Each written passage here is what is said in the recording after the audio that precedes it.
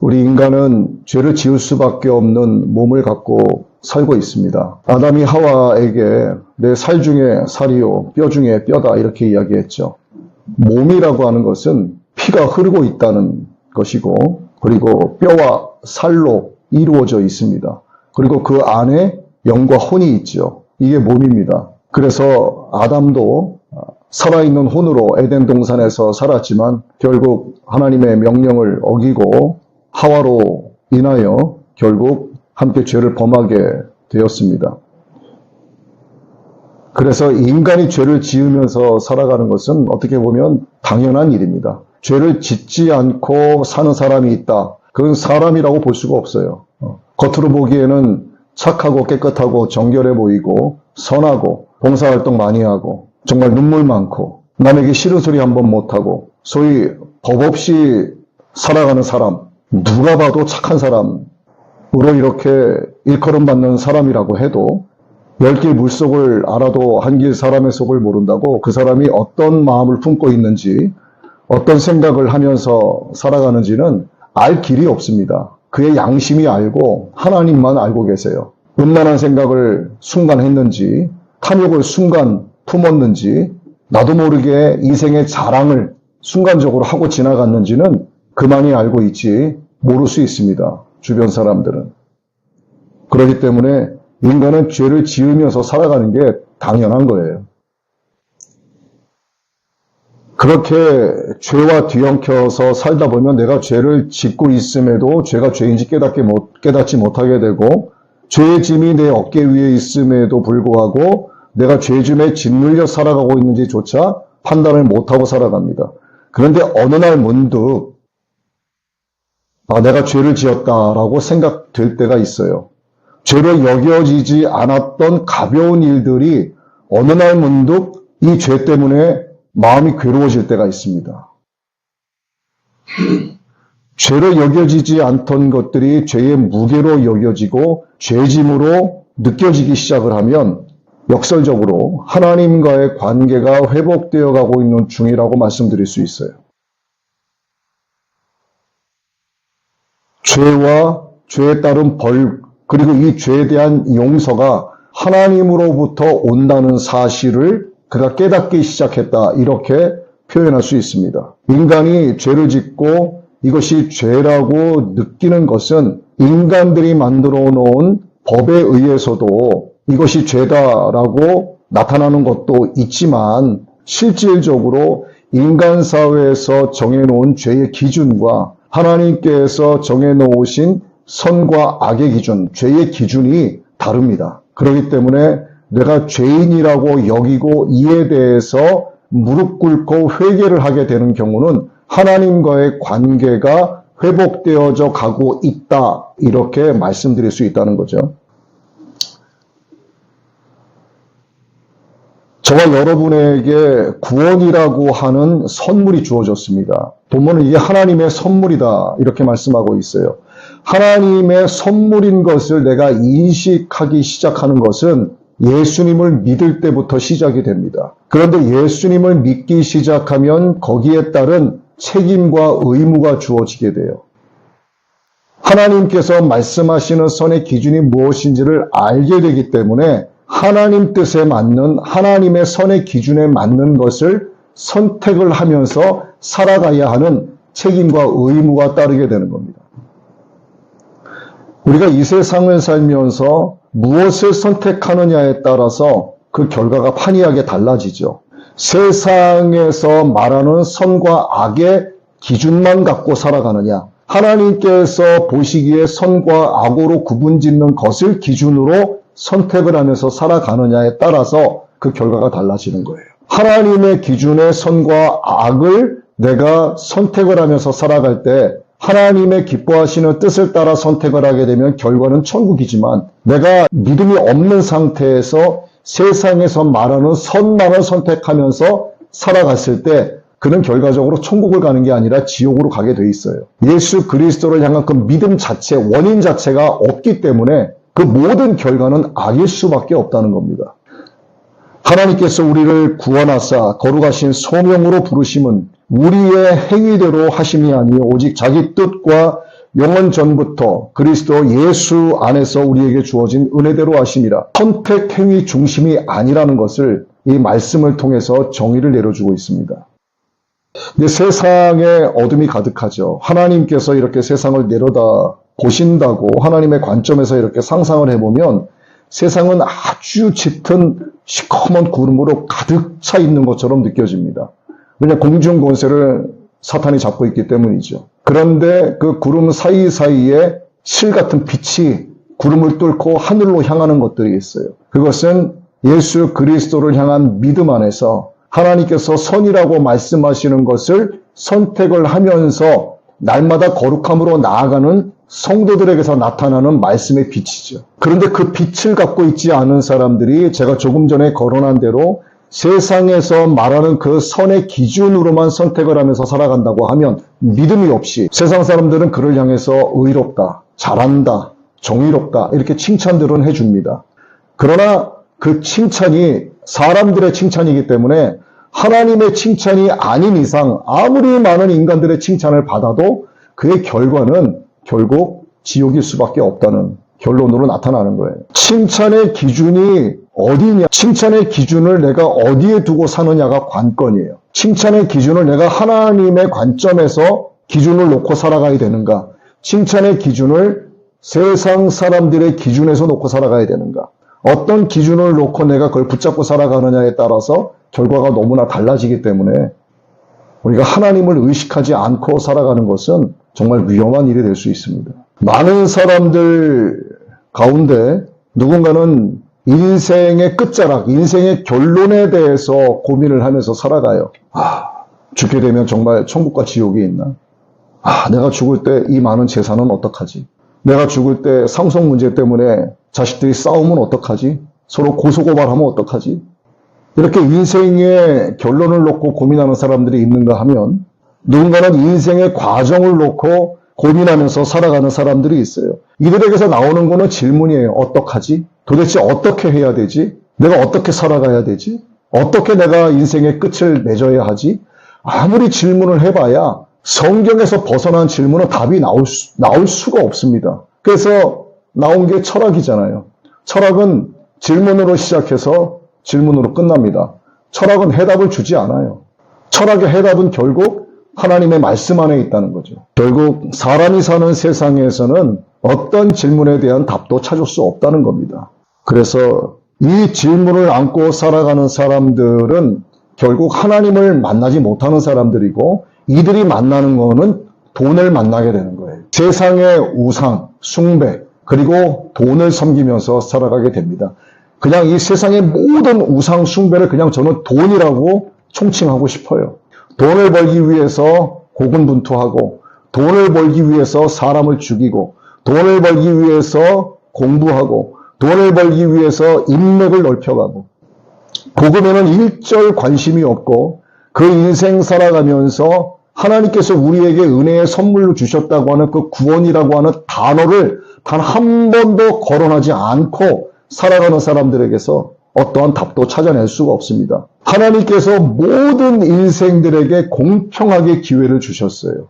구원이라고 하는 은혜의 선물을 모두가 가져갈 수 있도록 공개해 놓으셨고 허락해 주셨는데 이 선물을 발견하지 못하면 결국 우상숭배, 곧 돈에 귀착이 돼서 질문으로 시작해서 질문으로 끝나는 결론 없는 인생을 맞이하게 된다는 겁니다. 사람은 태어나면 하나님이 구원이라는 선물을 주세요.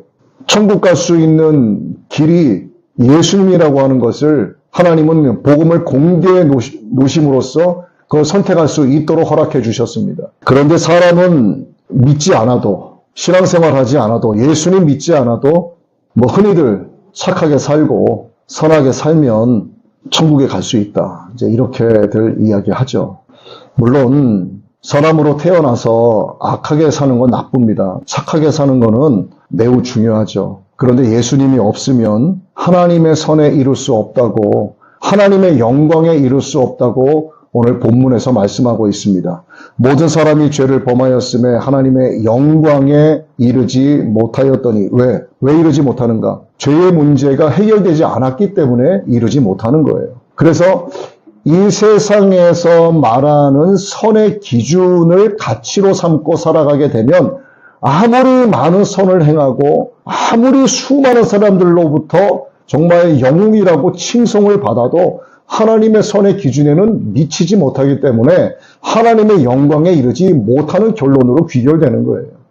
하나님 나라에 들어갈 수 없다는 뜻은 계시록에서 말씀하시는 세마포를 입지 못했다는 겁니다. 세마포는 성도들의 옳은 행실이다 이렇게 말씀하고 있는데 이 옳은 행실의 기준이 어디에서부터 시작이 됐는가? 하나님의 기준인 거예요. 그러니까 하나님의 기준의 옳은 행실이 아니기 때문에 그는 신부로서 입을 수 있는 세마포를 입지 못한 상태가 되는 거예요.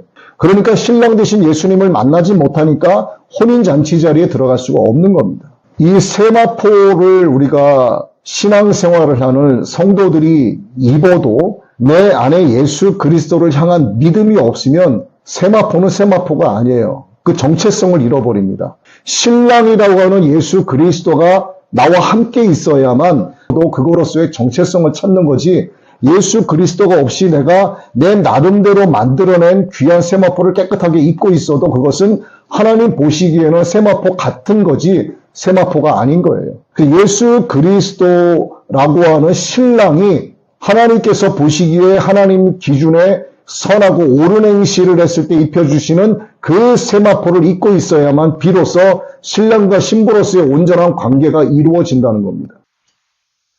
성경에서는 두 가지의 의와 두 가지의 옷을 이야기하고 있어요. 첫 번째 옷은 예수 그리스도에 의해 옷을 입어야 되는 거예요. 예수 그리스도를 나의 구세주로 영접하고 믿고 환영하는 겁니다. 두 번째는 자기의 옳은 행실로 입혀지는 옷을 이야기하는 거예요. 이게 계시록에서 말씀하고 계시는 하나님이 입혀주시는 세마포라는 옷입니다. 그럼 자신의 의로 계수되는 의는 무엇인가를 우리가 알아야 되는 거예요.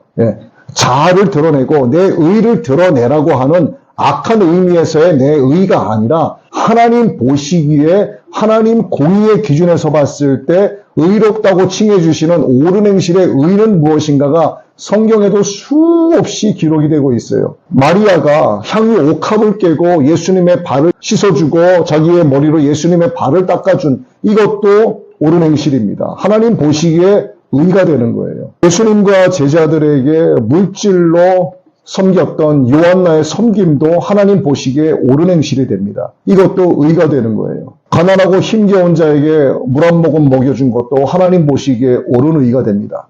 하나님 영광 위에서 행하여지는 모든 것은 하나님 보시기에 옳은 의로 여겨주시는 거예요. 이게 하나님께서 입혀주시는 세마포가 되는 겁니다. 그런데 여기에 전제 조건은 뭐냐면 예수 그리스도를 향한 믿음이 있어야 된다는 거예요. 믿음 없는 이 믿음은 원인이란 말이에요. 원인이 없는 결론이 있어봐야 이 결론은 결론일 수 없다는 겁니다. 그래야만 성경적으로 옳은 행실에 계수되는 의에 해당이 된다 이렇게 말씀드리는 거죠. 이 옳은 행실은 우리의 선택에 의해서 만들어지는 것은 사실이에요. 그러나 우리가 선행의 재료를 하나님께 드릴 때 하나님께서 성령을 통해서 우리에게 입혀주시는 것이 바로 세마포입니다. 내가 옳은 행실을 했다고 해서 그것을 내가 지어서 내가 입는 것이 아니라 선행을 우리가 믿음 안에서 행했을 때 이 선행의 재료가 하나님께 올라가는 거예요. 이 올라가는 것이 바로 하나님께 영광을 돌리는 겁니다. 그럴 때 하나님께서 성령을 통해서 우리에게 입혀주시는 것이 바로 의의 옷이라는 거죠. 그래서 성경에서 말씀하시는 두 가지의 옷을 입어야 되는 거예요. 예수 그리스도의 믿음으로 말미암은 의의 옷과 하나님께서 의롭다고 여겨주시는 옳은 행실에 속하는 그 세마포로 우리에게 입혀주시는 하나님 공의의 기준에 그런 믿음 안에서의 옳은 선택이라는 얘기죠. 이사야서 61장 10절에서 이 의의 옷, 예수 그리스도의 옷과 우리 의의 옷에 대해서 말씀을 하고 있습니다. 첫 번째 옷이 예수 그리스도를 영접할 때 입는 구원의 옷이라고 그랬죠. 두 번째 옷이 공의의 겉옷이라고 말씀합니다. 하나님의 공의로 우리의 행위를 보신다는 거예요. 볼까요? 내가 여호와로 말미암아 크게 기뻐하며 나의 영혼이 내 하나님으로 말미암아 즐거워하리니 이는 그가 구원의 옷을 내게 입히시며 이게 첫 번째 옷이죠. 두 번째 옷은 공의의 겉옷을 내게 더하시니 신랑이 사모를 쓰며 신부가 자기의 보석으로 단장함 같게 하셨느니라.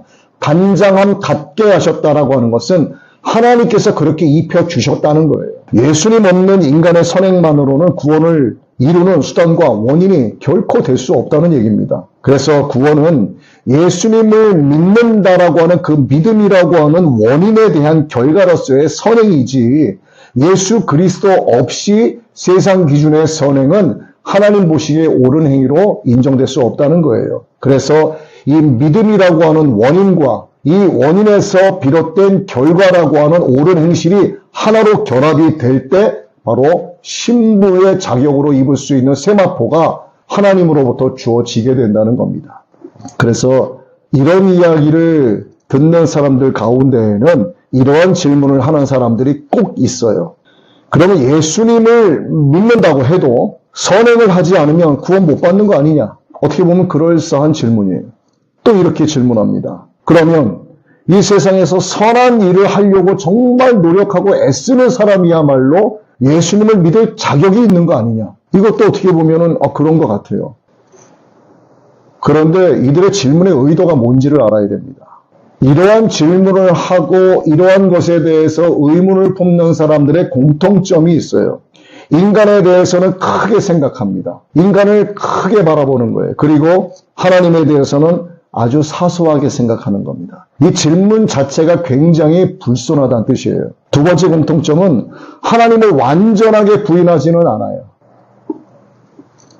그러나 하나님을 아주 멀리 떨어져 있는 존재로 여기는 자들입니다. 기다란 망원경을 눈에 갖다 대고 이렇게 보게 되면 이거를 거꾸로 뒤집어서 보는 사람들이에요. 큰 쪽을 눈에 갖다 대고 작은 렌즈를 반대쪽에 갖다 대고 쳐다보니까 하나님은 아주 멀리 있는 존재로 여기는 겁니다. 하나님이 나와 함께 하신다고 여기는 게 아니에요. 막연히 하나님은 존재하는 것 같아라고 여기는 거예요. 즉 하나님에 대한 그리고 구원에 대한 이런 결여도가 높기 때문에 나타나는 이러한 질문은 결국 악한 의도에서 나오는 겁니다. 하지만 성경은 의도에 대해서도 분명히 기록을 하고 있어요. 고린도전서 4장에 이렇게 말씀합니다. 어둠에 감추어진 것을 빛으로 가져가 드러내고 마음의 의도를 드러내신다. 이렇게 기록하고 있어요.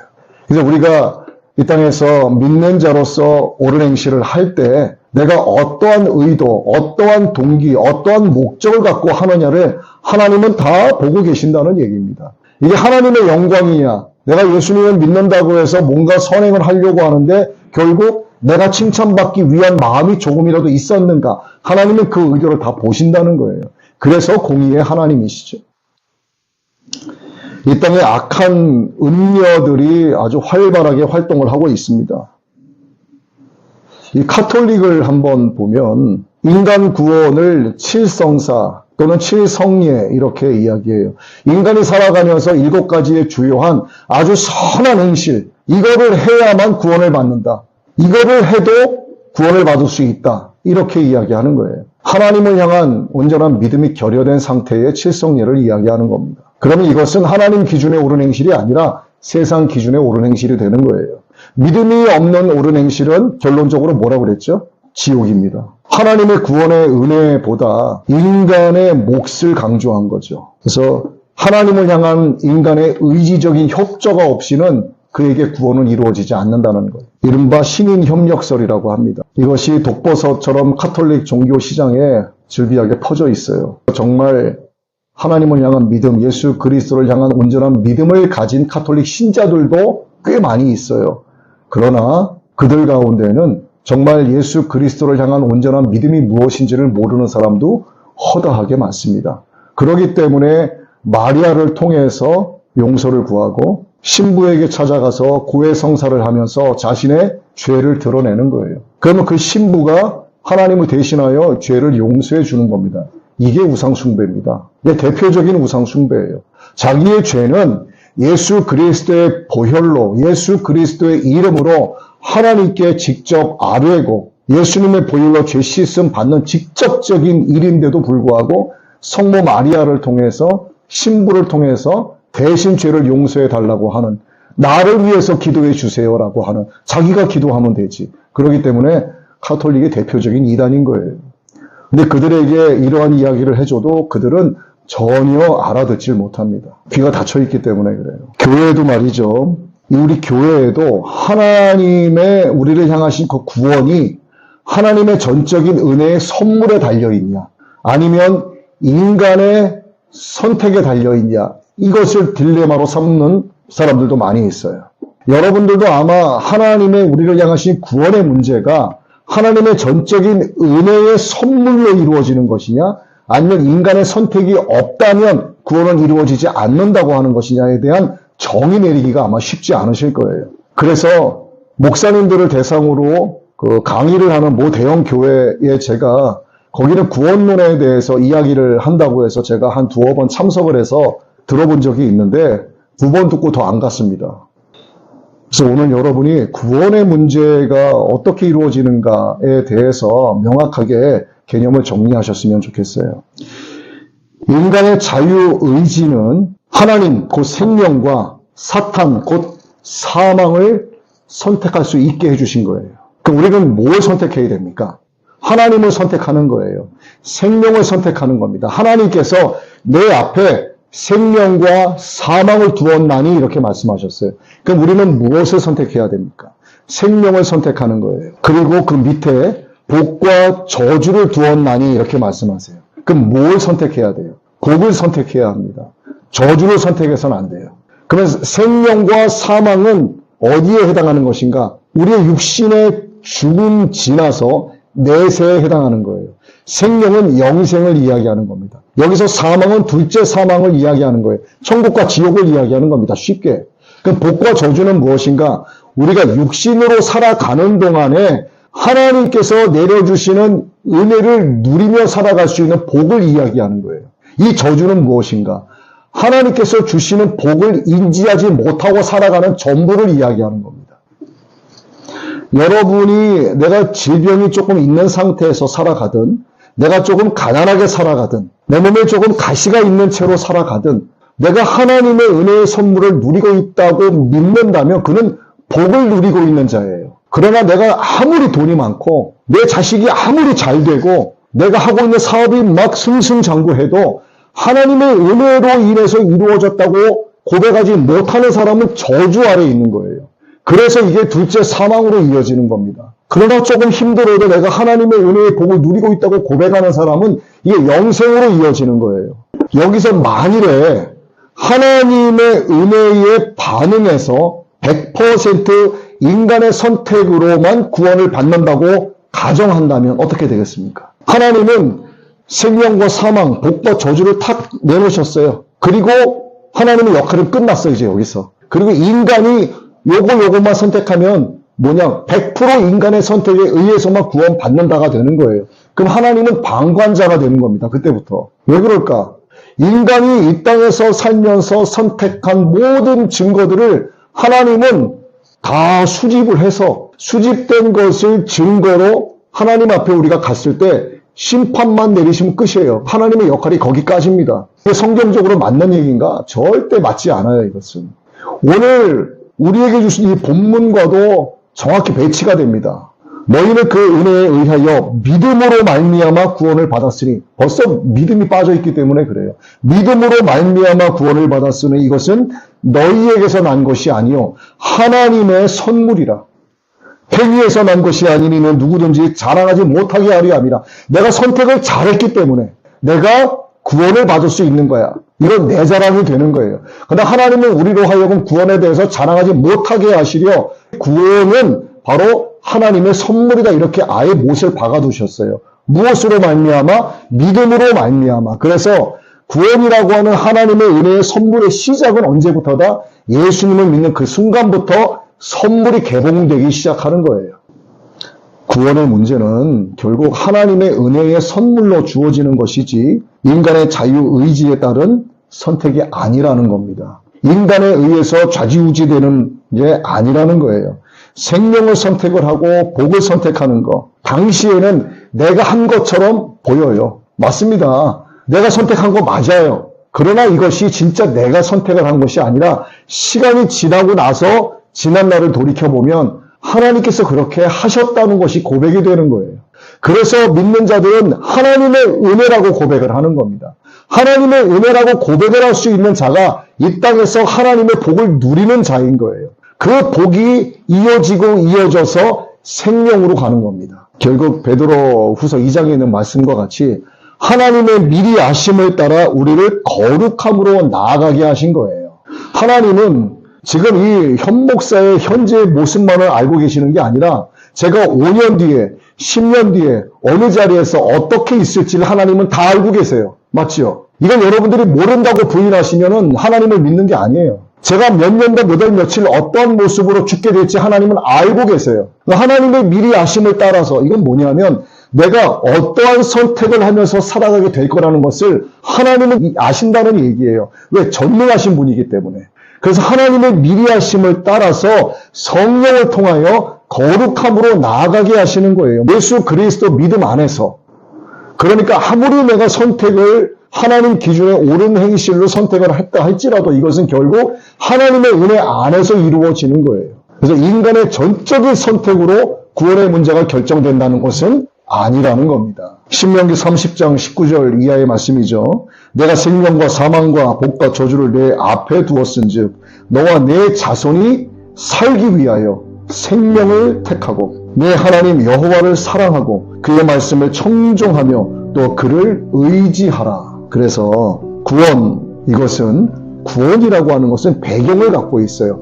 하나님과 인간이라고 하는 배경 속에서 이루어지는 거예요. 이 배경에는 커다란 이 배경을 이루는 두 가지의 큰 기둥이 존재하고 있습니다. 이 기둥이 상호 간의 책임과 역할이에요. 하나님의 역할이 있고 인간의 역할이 있는 겁니다. 이 역할에 대한 책임이 따르는 거예요. 하나님은 창조주로서의 책임을 갖고 계시는 겁니다. 인간에 대한. 그래서 하나님이 우리와 인격적인 교제를 원하시는 것이 하나의 기둥이고 또 하나의 기둥은 우리가 하나님의 입장을 취해서 하나님의 뜻대로 반응하는 것을 이야기해요. 즉 전적인 하나님의 은혜와 전적인 인간의 선택이 인격적으로 상호작용하는 것. 바로 이것이 하나님과 인간이라고 하는 배경 위에 있는 구원을 이루는 커다란 두 개의 기둥이라는 얘기입니다. 하나님은 인간에게 선악의 기준과 올바른 삶이 무엇이다 하는 것에 대한 기준을 제시해 주셨어요. 그래서 인간은 하나님께서 우리에게 주신 그 기준을 보고 순종함으로써 하나님의 자녀임을 증명하는 것이고 예수 그리스도의 신부인 것을 세마포를 입음으로써 증명해야 되는 거죠. 하나님은 완벽한 인간을 구원하시는 분이 아니에요. 하나님이 제시해 놓은 것을 잘 선택한 사람을 구원하십니다. 이게 하나님의 은혜의 선물이에요. 그리고 하나님은 누구를 사용하시는가? 완벽한 사람을 사용하시지 않습니다. 왜? 인간은요, 선택하다가도 넘어지기도 해요. 이것인 줄 알았는데 잘못 선택했어요. 살다 보면은 그릇되게 선택할 경우도 굉장히 많습니다. 하나님이 사용하시는 자는 그를 선택했어도 혹 좌절하고 넘어지는 자라 할지라도 회개하는 자를 사용하세요. 그래서 인간은 하나님의 선물을 받아 누리기 위해서는 이 구원이라고 하는 것이 삼각구도로 이루어졌다고 하는 것을 알고 있어야 되는 겁니다. 이것이 구원의 개념의 완벽한 정리입니다. 첫 번째는 하나님께서 우리 인간들을 향하신 하나님의 초전, 하나님의 선별, 하나님의 선택. 하나님은 우리를 선택해 주셨어요. 이 하나님의 선택이 첫 번째 각입니다. 두 번째 각이 하나님께서 우리에게 제시해 놓으신 옳은 것을 선택하는 것이 두 번째 각이에요. 세 번째 각은 잘못 선택했을 때, 그릇되게 선택했을 때, 내가 힘들고 어려워 하나님을 떠나고 있을 때 얼른 회개하고 돌아오는 회개를 이야기하는 겁니다. 그래서 하나님의 우리를 향하신 은혜의 선물의 그 구원의 하나의 각과 제시해 놓으신 하나님의 옳은 행실의 기준에 대한 선택과 잘못 선택했을 때 우리가 해야 할 회개, 하나님의 초전, 우리의 선택, 그리고 회개, 이 세 개가 삼각구도가 딱 이루어질 때 구원이 우리에게 하나님의 은혜의 선물로 주어지는 거예요. 구원은 이렇게 이루어지는 겁니다. 이런 삼각구도가 여러분 안에 유지가 되기를 바랍니다. 그래서 하나님의 선문, 하나님의 구원의 은혜를 누리게 되셨으면 좋겠어요.